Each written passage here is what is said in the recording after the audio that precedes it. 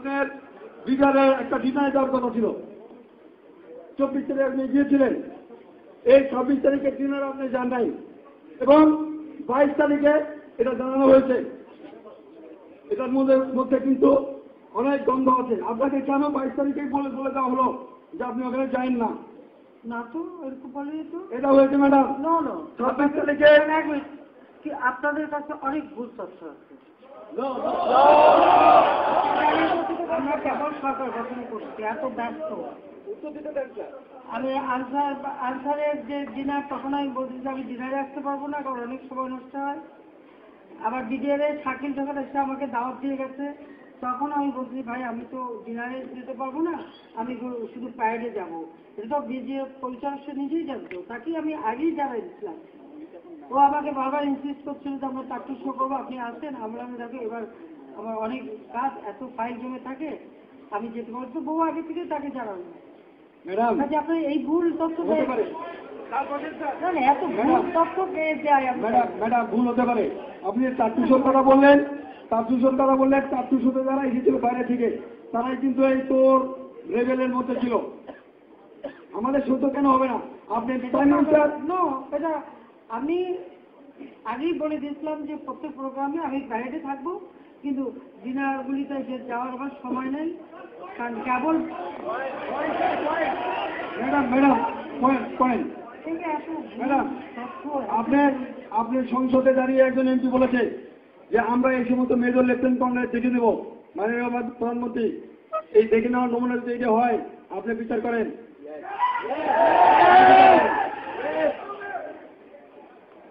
পয়েন্টগুলো বলে ফেলো প্লিজ, তাড়াতাড়ি। অনেক অফিসারের কথা বল ম্যাডাম। এখন পয়েন্ট বলার জন্য আরো লোক আছে। আমি কেন এসছি ম্যাডাম? যেভাবে পিছনের অফিসাররা উত্তেজিত হয়ে গিয়েছিল, আমি আপনাকে যতটুকু বলেছি আমাকে ক্ষমা করবেন। It is the mental outburst of myself, maybe it is the reflection. এটা হয়তো সবার রিফ্লেকশন। এখন যে কথা বলছি না, দেখবেন। আপনাকে আমি রিকোয়েস্ট করবো ম্যাডাম, আপনি যে যাই বলুন, আপনি শোনেন। আপনি যে জবাব দেন না কেন, ভুল হয়ে যেতে পারে। সবাই কথা বলবে, আপনি কথা শুনেন ম্যাডাম। হলো পয়েন্ট যাদের আছে, এখন পয়েন্টগুলি বলে না, পয়েন্টগুলি বলে যাক না।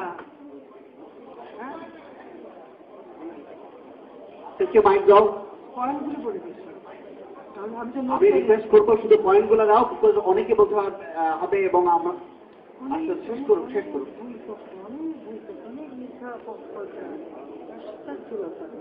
বিসমিল্লাহির রহমানির রহিম।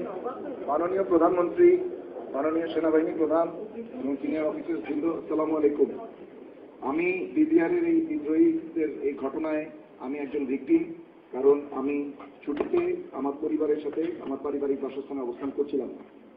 আমি পরপর 3 বার মৃত্যুর হাত থেকে রক্ষা পেয়েছি। তারপরে 33 ঘন্টা বিডিআর সেন্ট্রাল কোয়ার্টার গার্ডে মৃত্যুর সাথে পাঞ্জা লড়েছি, কারণ কিছুক্ষণ পর সৈনিকরা এসে আমাকে মেরে ফেলবে। আমাদের সেনাবাহিনীর অফিসারদের স্ত্রীরা এবং আমরা অফিসাররা, শিশুরা সব এক কাতারে কোয়ার্টার গার্ডের সেলের ভিতরে ছিলাম। একটা রুমে 60 জন থেকে 80 জন করেছিলাম। তখন কোয়ার্টার গার্ডের সেল এবং গার্ড রুম মিলিয়ে নারী, শিশু, বৃদ্ধ, আমার বৃদ্ধা মা প্যারালাইসিস 75 বছর বয়স, তিনিও সেখানে ছিলেন। সবাইকে মিলিয়ে ওখানে আটকে রেখেছে। অথচ মাননীয় স্বরাষ্ট্রমন্ত্রী শুধু লোক দেখানো 25টা অস্ত্র জমা নিয়ে তারপরে কিভাবে আমাদেরকে উদ্ধার না করে ফেরত আসলেন, এটার জবাব আমি সবিনয় আপনার কাছে জানতে চাই। মাননীয় প্রধানমন্ত্রী, আমি আরেকটা কথা বলতে চাই।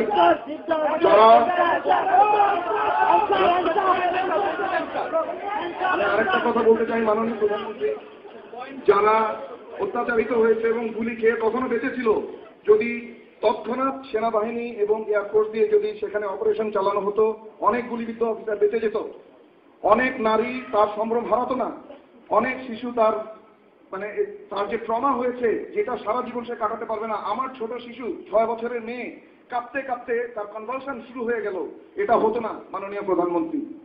এই জন্য আর সবার সাথে কণ্ঠ মিলিয়ে আমি বলতে চাই, এর সত্যিকারের প্রতিকার আমি চাই মাননীয় প্রধানমন্ত্রী। ধন্যবাদ। Lieutenant colonel Kamrul Zaman.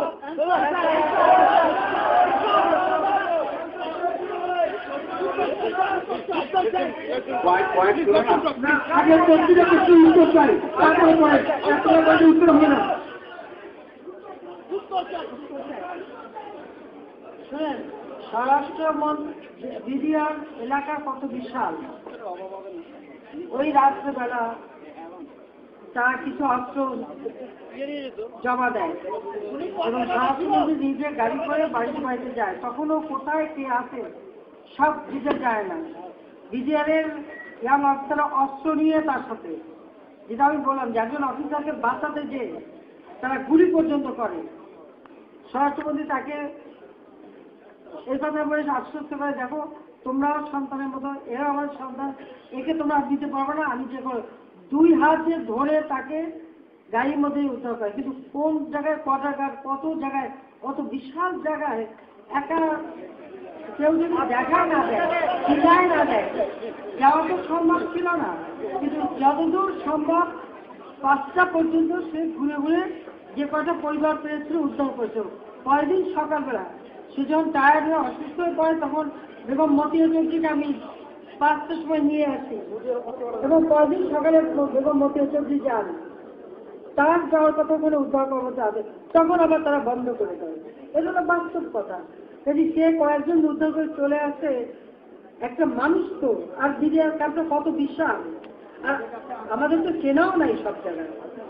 তারপর ওদের লোকরা অস্ত্র নিয়ে তার সাথে সাথে, এবং ওই অফিসারটাকে বের করে আনার পরই তারা খেপে যায়, অফিসারটাকে বের করে আনার পরই খেপে যায় আরো বেশি। কিন্তু আপনারা তো আমি সম্পূর্ণ ভুল বুঝে বসে আছি, একদম ভুল মিথ্যা তথ্য দিচ্ছে। এটা দুর্ভাগ্যজনক, যারা জীবনের ঝুঁকি নিয়ে উদ্ধার করতে গেল আর তারাই দোষী হয়ে গেল, খুবই দুর্ভাগ্যজনক। যারা ক্রিমিনাল জড়িত তারাই খারাপ। মাননীয় প্রধানমন্ত্রী এবং উপস্থিত আমাদের জ্যেষ্ঠ অফিসার বৃন্দ এবং আমার কনিষ্ঠ অফিসার বৃন্দ, আমি একমাত্র জানি মৃত্যু কত অসহায়। তোমরা চিল্লাচিল্লি করো না, পিডিআর ধ্বংস করে দিয়েছে, আর্মিও ধ্বংস করে দেবে। তোমাদের পিছনে লোক আছে, এটাই উদ্দেশ্য। তোমরা আর্মিকে নষ্ট করো না। পিডিআর গেছে, আমার পিছনে লোক আছে আর্মিকে নষ্ট করার জন্য। তোমরা এরকম করো না। পিছনে লোক আবার ঢুকেছে আর্মিকে নষ্ট করার জন্য, ঐক্য নষ্ট করার জন্য। তোমরা এরকম করো না। আমি তোমাদের অনুরোধ করছি, আমি যেভাবে বেঁচে আসছি অসহায়, আমার মহাপরিচালক বীরের মতো মরেছে, বীরের মতো আমার সামনে। তোমরা নষ্ট করে দিয়েছে বিডিআর, আবার আর্মিকে নষ্ট করার চেষ্টা করতেছে, ষড়যন্ত্র করতেছে। এই মতকে তোমরা নষ্ট করো না। তোমরা তোমাদের মতো থাকো, তোমাদের মধ্যে থাকো।